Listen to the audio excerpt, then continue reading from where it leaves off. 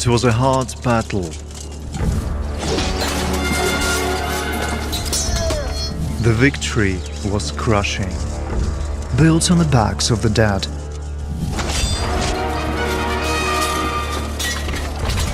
Hundreds of warriors failed to return home. We shall never forget them. They remain in our hearts. Our memories of the dead shall always be precious. We revisit moments from the past over and over again.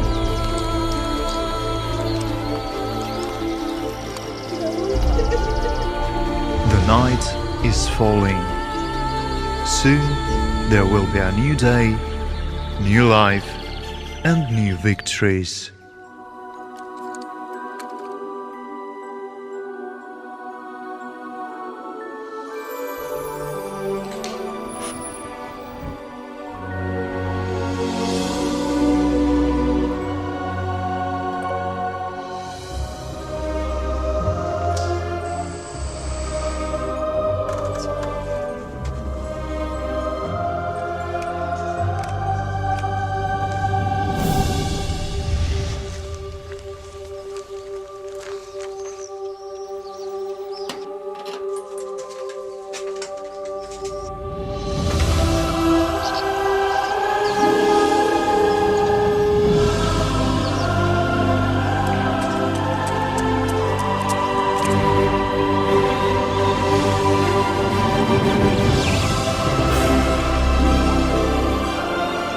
It is aware of the brevity of time. It has heard the voices of past generations.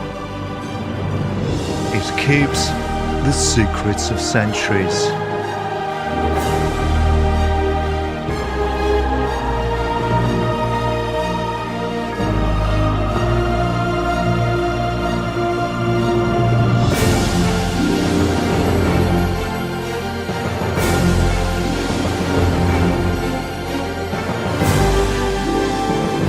Feels the love of its motherland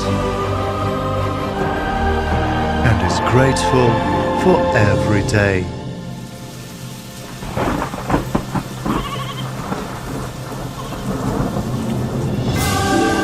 The Castle of Mir, legacy of great history. Welcome to Mir.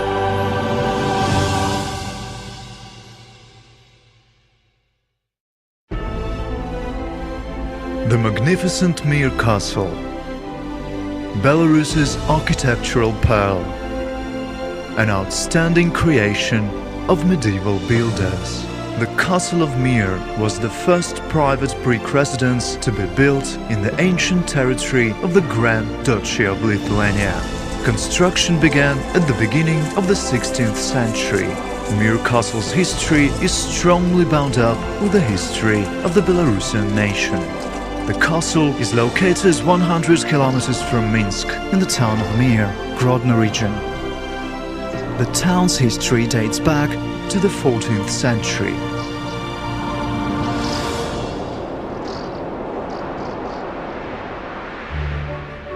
The listed building is notable for the richness of its decor and a well-balanced blend of Gothic, Renaissance and Baroque elements. The architectural complex of Mir Castle comprises a fortified mansion, earthworks, a picturesque English landscaped park, an Italian garden, a pond, the chapel tomb of the Sviatopolk-Mirsky family, a keeper's lodge, and a roadside chapel.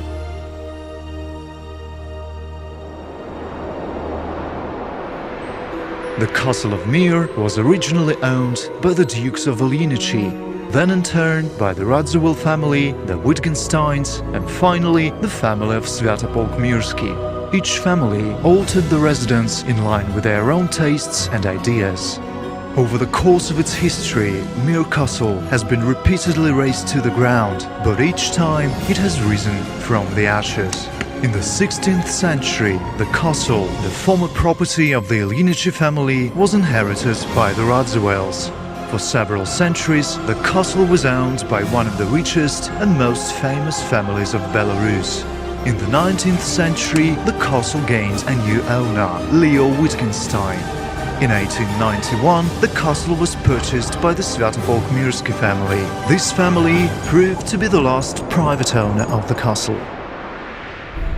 In 1939, after the reunion of Eastern and Western Belarus, the magnificent castle became Soviet property. Following the liberation of Belarus, the castle was divided up to provide homes for many local families, effectively becoming a huge house of multiple occupancy. The inhabitants fired their furnaces in the castle and kept animals and hay in the semi-ruined towers. This lasted until 1962.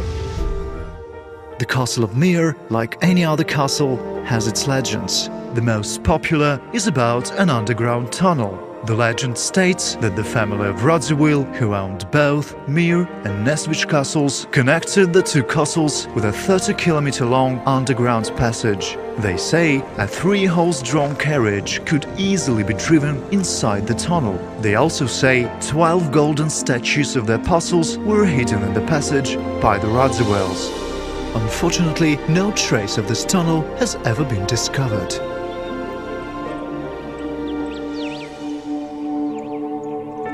This is just one of the myths regarding the Castle of Mir.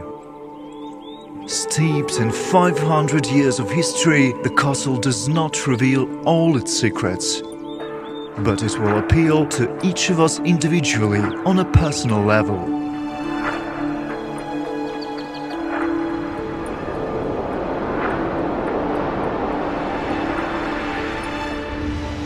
The Castle of Mir has undergone major renovations. After 27 years of work, it has regained its former greatness. Currently, the complex is owned by an independent company. Over 140 people are employed here: scientists, guides, and technical staff. All employees are highly qualified professionals, always eager to assist every guest in getting to know the castle better, be it in the southwestern tower, the northern building, the chapel, or the parks. We provide informative and entertaining tours.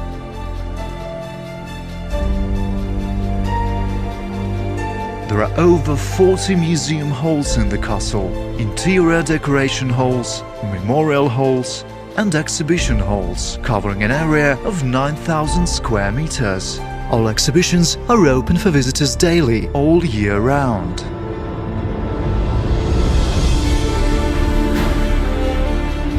Mir Castle. To know about it is not enough. One should meet it in person and discover its unique charms for oneself. Touch it, hear its voice, listen to the echoes of history, fall in love with it. A very warm welcome awaits you.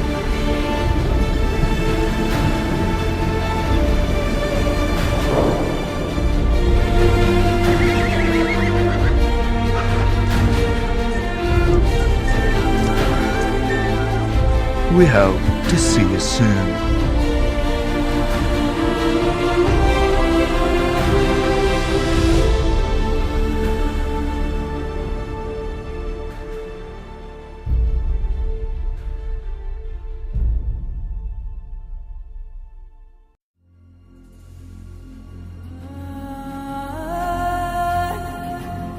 We hope to see you soon.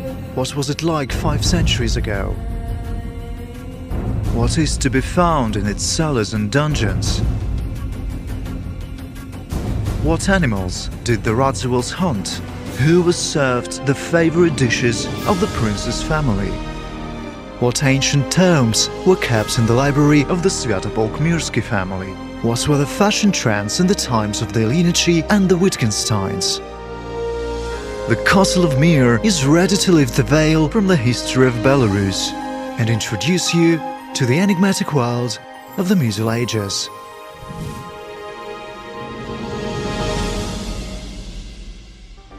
A Apart from the prime example of fortified architecture comprising the castle, the complex also includes a huge park and the chapel tomb of the Świętopolk-Mirsky family, the last owners of the castle. This chapel was built from red bricks and in accordance with plans drawn up by the St. Petersburg architect Robert Marfeld. The front of the chapel is decorated with mosaic icons. As regards the castle itself, we have no records of the names of the first builders, nor the architect, nor do we know when exactly the construction was started.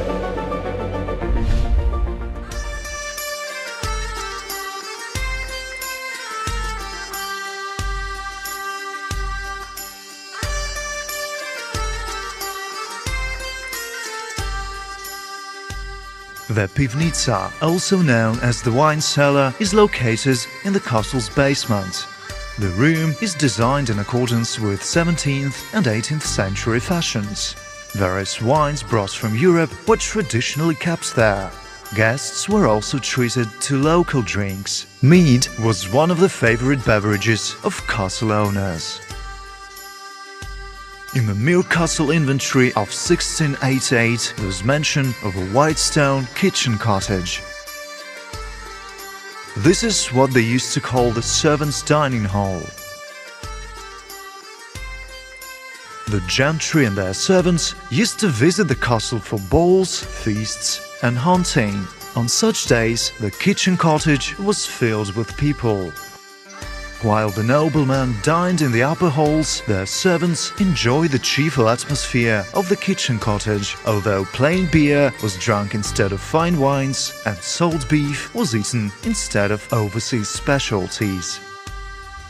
The castle's numerous storerooms were used for keeping grain, flour, meat, fish, vegetables, fruit, oil, honey, salt, herbs and other groceries.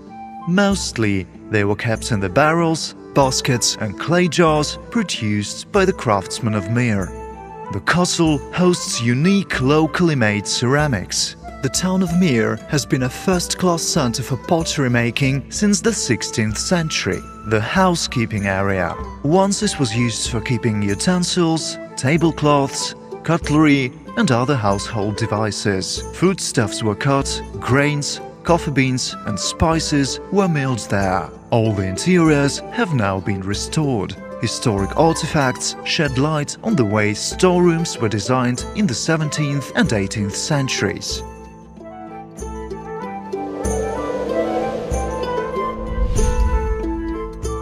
Currently, there are no restricted areas in the castle. All rooms, from the cellars to the attics, are open for visitors.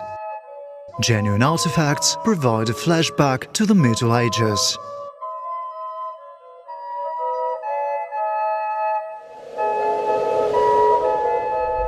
At the very start of its history, the castle was owned by the family Avellinici. There are lots of interesting displays in the hall dedicated to this family.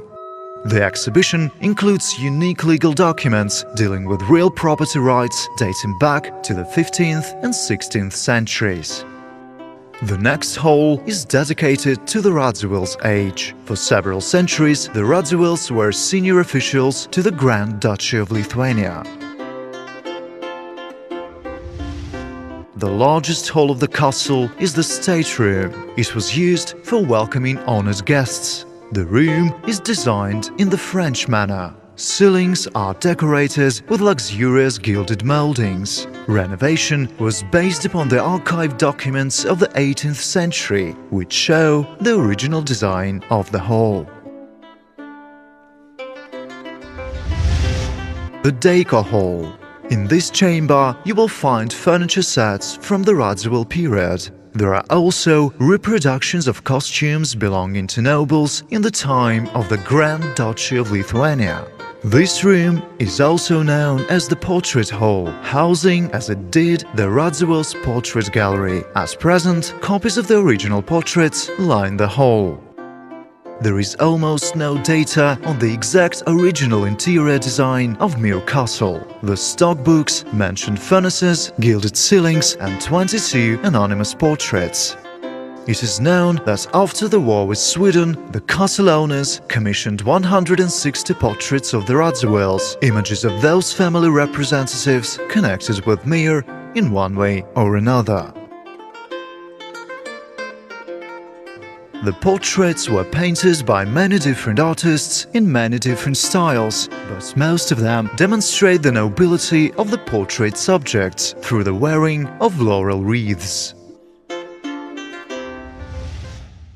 According to ancient descriptions, each castle chamber had a furnace or a fireplace. In the Radziwills' days, the lords' rooms had 16 fireplaces and 17 furnaces of various types and colors, round and square and coated with multicolored tiles. Unfortunately, the originals have not survived. Archaeologists have, however, been lucky enough to find small fragments of the original tiles, utensils and glass, as well as the original windows and doors elements. Obviously, these discoveries can hardly be compared to the multitude of treasures originally owned by the castle's proprietors, but they have been enough for modern craftsmen to partially restore some of the artifacts. Svergian earthenware, for example. Svergian earthenware was made in a factory founded by the Radziwills. Currently, there are just a few Svergian manufactured earthenware items in the national museums of Belarus. However, there are new copies in the castle made using the original techniques of the medieval craftsmen. The armor display. The second story of the southwestern tower. In this hall, one can get an overview of the warrior's armor of the Grand Duchy of Lithuania. Here, next to the armor, one can see the original Mir castle walls. The bricks that are, like the castle itself, 500 years old. Antiquity dwells here side by side with modern innovative systems. An armory was a